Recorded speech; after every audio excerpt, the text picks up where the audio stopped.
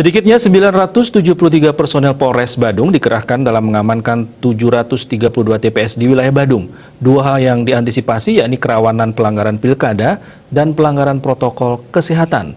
Di samping itu, kerawanan ancaman dari kelompok-kelompok tertentu yang selama ini tidak senang keberadaan Polri.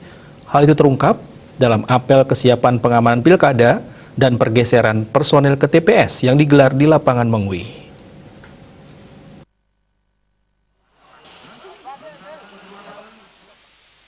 Sebelum dilaksanakan apel pengaman TPS, satu persatu personel dibagikan APD berupa masker, sarung tangan, hand sanitizer, dan kacamata.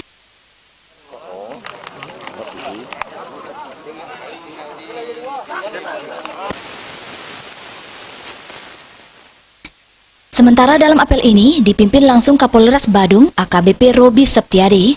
Dalam kesempatan tersebut, Kapolres mengecek satu persatu kesiapan personel maupun perlengkapan yang dibawa. Kapolres tak segan-segan menegur personel yang kurang siap dalam pengamanan ini. Sedikitnya 973 personel dikerahkan yang berasal dari personel Polres Badung, BKU Polda Bali, maupun dari Kesatuan Brimob. Selain itu, disiagakan 2 kelompok personel cadangan yang sewaktu-waktu diperlukan.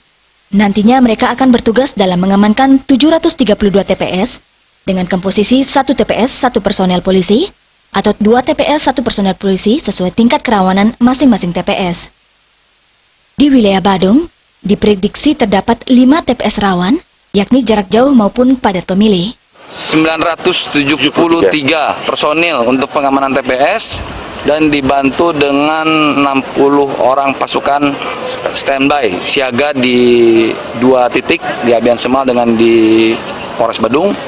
Itu pasukan SKAT, dan kami yakinkan dengan segala upaya yang kami lakukan ini, mudah-mudahan Pilkada Badung bisa menjadi pilkada yang damai dan aman.